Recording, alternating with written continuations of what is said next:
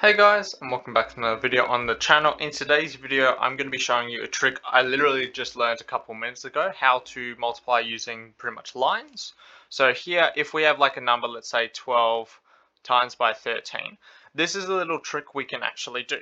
So what we're going to do is pretty much represent the 12 using lines. So in the tens column there, we just have a 1, so we draw one line here.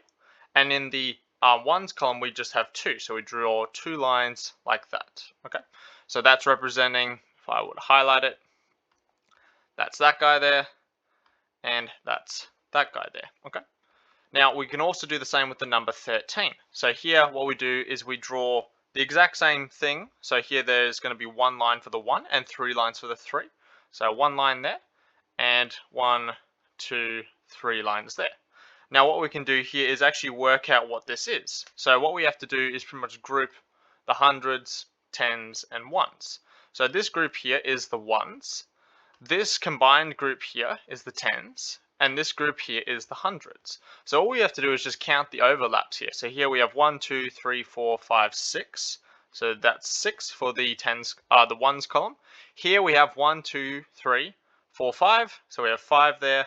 And then there's only one intersection there. So 156 would be 12 times 13, which I think is a really cool trick because like there are tons of numerical methods to do it. This one is like the first visual one I've seen in a while that's actually really interesting.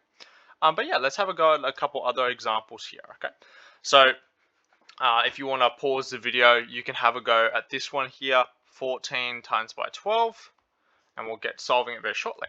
Okay. So first of all, I'll move this stuff across here because we don't need that anymore. You can use as a reference here. It doesn't really matter which way you do it, as long as they're really diagonal, so that way the columns line up nicely. So for example, 14, we can write that as one line there for the tens, and then we go 1, 2, 3, 4. Now, obviously, if you're drawing the lines a bit wonky, it might become a bit harder, but that's okay. And then 12, we just go 1, and then 1, 2. Oh, I gotta draw that line better. So that again is your tens column, that's the ones column, and that there's the hundreds column. So here we have 1, 2, 3, 4, 5, 6, 7, 8. Then we have 1, 2, 3, 4, 5, 6. And then we have 1 there. So 168 is 14 times 12. Okay.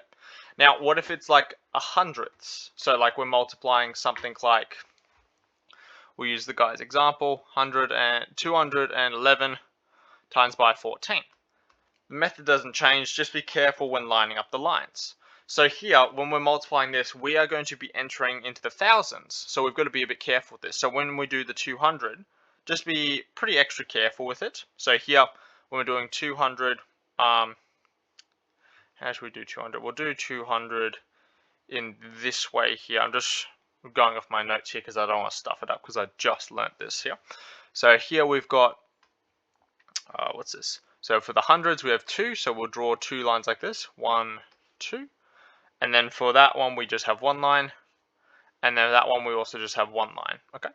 Then 14, we have pretty much like this. So we go just 1, and then 1, 2, 3, 4. Okay, extend those lines there. Now this is where we've got to be a little bit careful here, okay? So the big intersection there, this here is going to be the thousands. This section here, hold on, have I drawn that incorrectly? No, mine's just upside down. I'm just going to flip it upside down because I've got it the other way. Flip vertically. Ah, yes, that makes a bit more sense there.